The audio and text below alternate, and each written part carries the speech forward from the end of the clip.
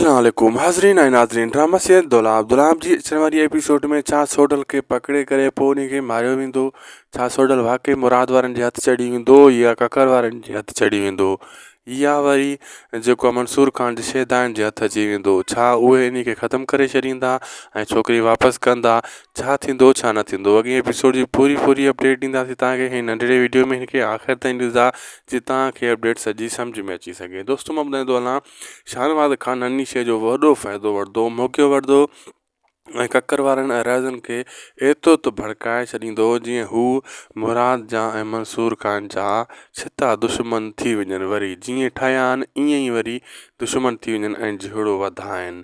पर मंसूर खान इहो ईअं न करणु ॾींदो। इन मसइले खे हल करण जे लाइ हू मुराद सां मिली करे राति ॾींहुं हिकु करे सोडल खे ॻोल्हींदा जीअं इहो मसइलो वधे न, इहो मसइलो कंहिंखे ख़बर न पवे, इते ई थमिजी वञे।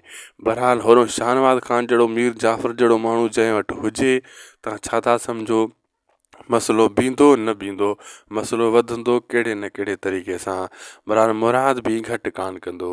दोस्तों सोडल खे मारियो कोन वेंदो, दिलि जाए कयो, लेकिन इहो आहे थोरो कुटको मिलंदो थोरो।